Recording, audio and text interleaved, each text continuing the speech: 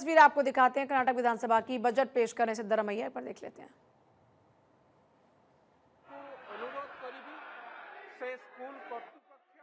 ರಾಜ್ಯದ ತೆರಿಗೆ ಪಾಲು ಕಡಿಮೆಯಾದ ಕಾರಣ ರಾಜ್ಯವು ವಿತ್ತೀಯ ಸವಾಲುಗಳನ್ನು ಎದುರಿಸುವಂತಾಯಿತು.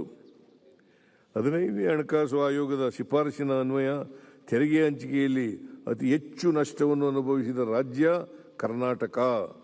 14ನೇ ಹಣಕಾಸು ಆಯೋಗವು ಕರ್ನಾಟಕಕ್ಕೆ ಶಿಫಾರಸು ಮಾಡಿದ್ದ ತೆರಿಗೆಯ ಪಾಲು ಶೇಕಡ 4.713ರಿಂದ 15ನೇ ಹಣಕಾಸು ಆಯೋಗದ ಅವಧಿಯಲ್ಲಿ 3.647ಕ್ಕೆ ಇಳಿಕೆಯಾಯಿತು.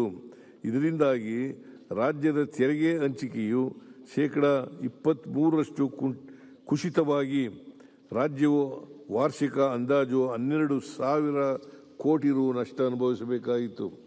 ಅಲ್ಲದೆ 15ನೇ ಹಣಕಾಸು ಆಯೋಗವು ರಾಜ್ಯದ ತೆರಿಗೆ ಪಾಲು ಕಡಿಮೆಯಾದ ಕಾರಣ 5,495 ಕೋಟಿ ರುಗಳ ವಿಶೇಷ ಅನುದಾನ, ಬೆಂಗಳೂರಿನಲ್ಲಿ ಕೆರೆಗಳ ಸಂರಕ್ಷಣೆಗಾಗಿ 3,000 ಕೋಟಿ ರೂಪಾಯಿ ಮತ್ತು ಪೆರಿಫೆರಲ್ ರಿಂಗ್ ರಸ್ತೆ ಅಭಿವೃದ್ಧಿಗೆ 3,000 ಕೋಟಿ ಸೇರಿ ಒಟ್ಟು 11,495 ಕೋಟಿ ರುಗಳನ್ನು ತನ್ನ ವರದಿಯಲ್ಲಿ ಶಿಫಾರಸು ಮಾಡಿತು. ಆದರೆ